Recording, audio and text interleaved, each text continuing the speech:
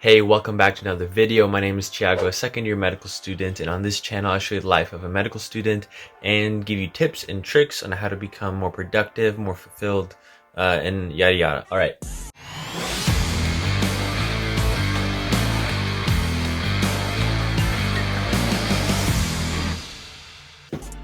This video is about the COVID assessment center, and I just looked at the location, and the assessment center is 45 minutes. It's an hour away from here. Let me show you. All right, so that's roughly where I live, and that's where I'm going camping, Campbellville campus. I didn't think about that, so I was planning on it being maybe like 20 minutes away, but it's like an hour. So I'm just looking up the email, looking at anything I need to prepare. I have no idea what to expect. I know some friends got to swab people to, do their PCR test. So I'm sure I'm gonna get the opportunity, and I'm for sure gonna try to get video footage. If not, this video is not coming out. So if you've seen this, it worked. And there's an email here getting the preceptor. We have to get evaluated and all our PSD stuff. Oh, and I have a whole bunch of gear. Let me show you. And we got all our gowns, masks, gloves, hand sanitizer that I have to take with me. So I just finished editing a video. I'm gonna hop on a call with Andrew Kirby and discuss with him a couple of ideas that he has, and then move on to eating lunch and leaving. And this COVID assessment session is from 1 to 5, so 4 hours over there. All right, I'm at the assessment center. I don't know where to go. I should have brought a backpack. I brought a bag. To find the entrance. Here's the center. Guys, I doubt I'm going to be able to record a video here. Too many precautions. Phone's going to be contaminated.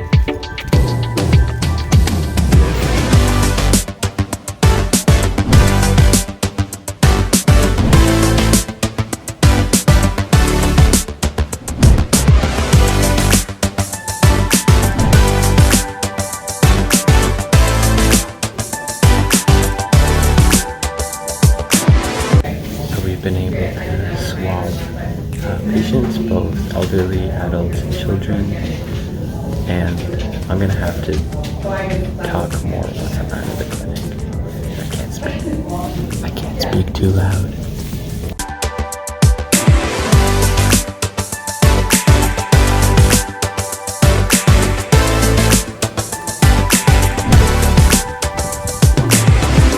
And that is a wrap.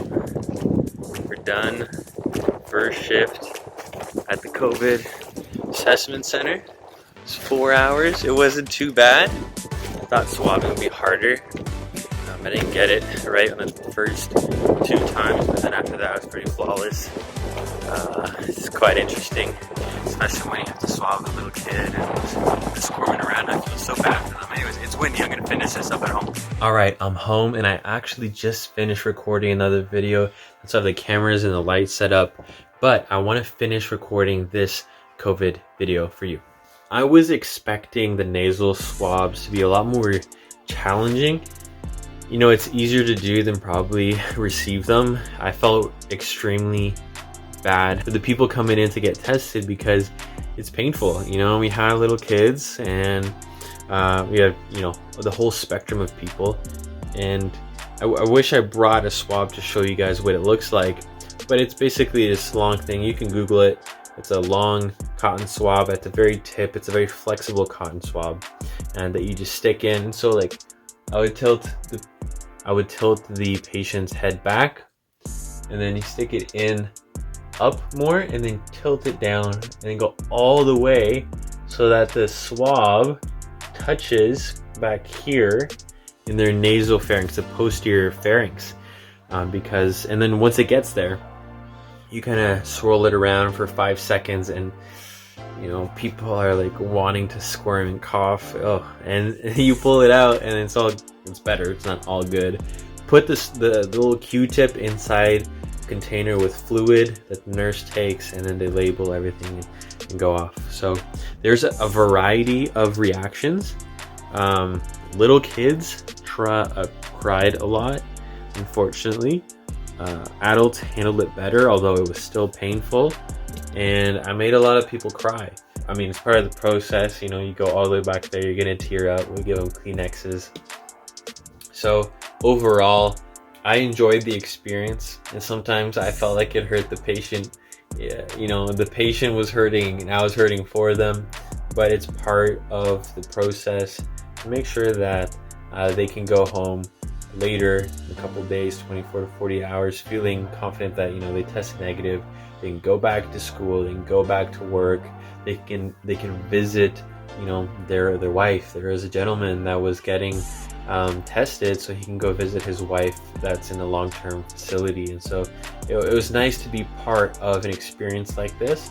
And I will get another opportunity in May, the second week of May. I think I go back to the same clinic. I'll be able to do a little bit more nasal swabbing. One of the benefits of, you know, having a YouTube channel and a podcast is that I'm starting to learn how to be more of a conversationalist and talk to people and ask questions.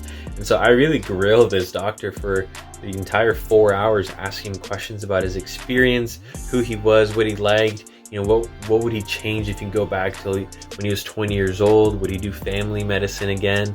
And so it was really fun. So I encourage you guys to make the most out of your experiences when you know somebody who's kind of in the shoes that you want to get into, and ask them lots of questions. And even if they're not in your field, ask them questions about life and any advice and wisdom that they would recommend. Anyways, that's the end of this video. I hope you enjoyed it. If you like this video, then you're going to definitely like the one that's coming up in the end card right about now.